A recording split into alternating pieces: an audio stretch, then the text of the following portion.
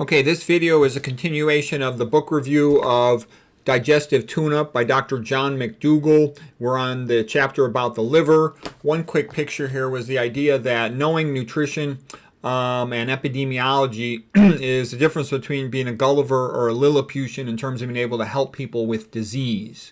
I just threw this picture in here because it totally kind of captures the moment. I saw this picture by George Verbeer from 1920. So Dr. Mcdougall is a big Gulliver, and the Lilliputians were all trying to tie him down. I told you how they hassled him. No doctor would send him a referral case, and the medical board, I don't know how they refused to pay his Malprol insurance. They were pissed off at him for, trying to make people provide informed consent for stuff. Okay.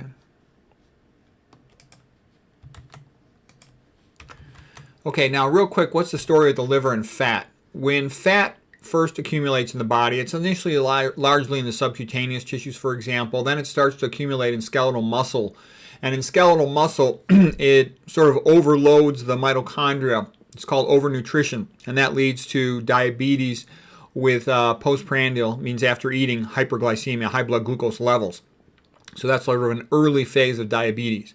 Then, as more and more fat accumulates, it starts to become stored in the liver, and a person develops fatty liver.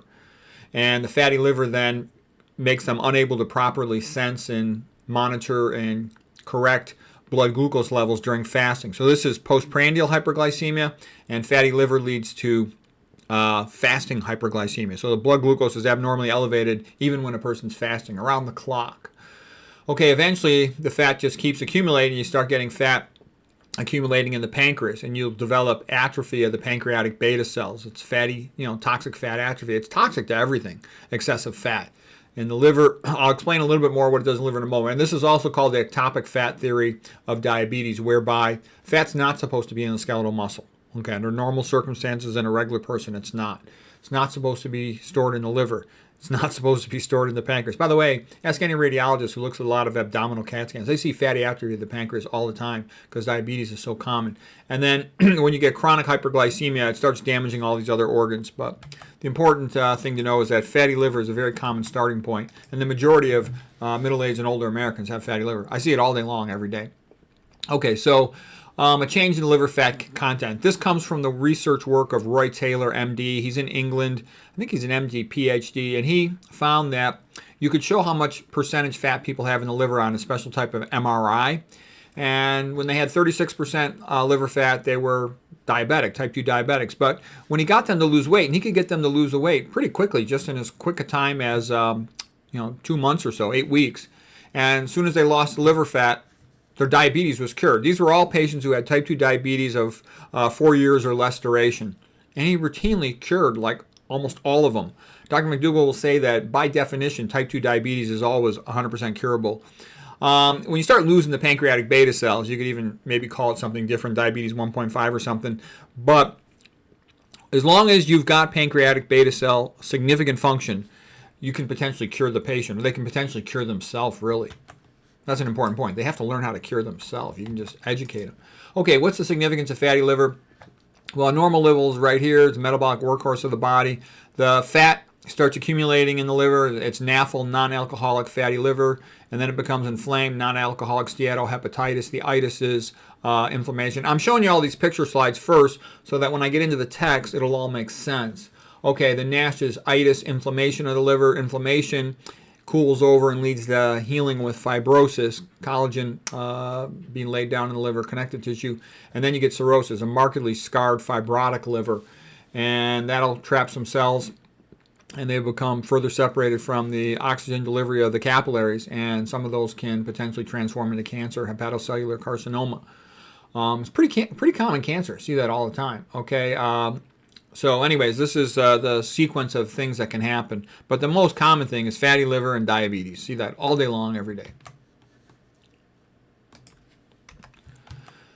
Okay, so page 61 of the Digestive Tune-Up, Dr. Mcdougall, liver is the great detoxifier. And other people have said liver is the immune system of the human body for toxic chemicals. And it is. It's the largest internal organ of the body. It's giant. If you ever look at a CAT scan of the abdomen, take a look at a coronal view.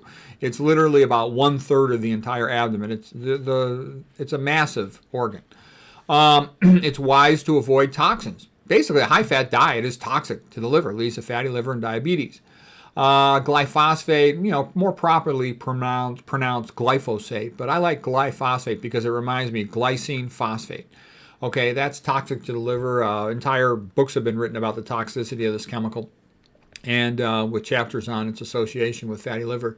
Dietary oils, they're all bad for you, including olive oil. They're all bad. All oils are bad, including omega-3s. They're for chumps, okay?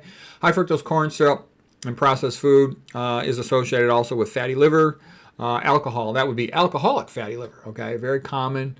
Some chemicals, like this rooibos tea, is toxic to the liver. Other toxins, there's other ones, aflatoxins in moldy peanut butter and moldy grains. T. Colin Campbell, saw a lot of patients who ended up with liver cancer from that. There's a lot of drugs that are toxic to the liver. The most famous one, of course, is Tylenol, but there's a whole bunch of other ones that are potentially toxic to the liver. The liver does have a lot of regenerative capacity. So the bottom line is, the good news is, if you get your act together, even if you had a liver problem before, there's a good chance you might be able to maintain enough to have a good, long, healthy life. The best diet for the liver, and pretty much the best diet for almost everything else, is the low-fat, low-protein, high-carbohydrate vegan diet, page 63. So again, I got all the page numbers in the book if anybody wants to look stuff up.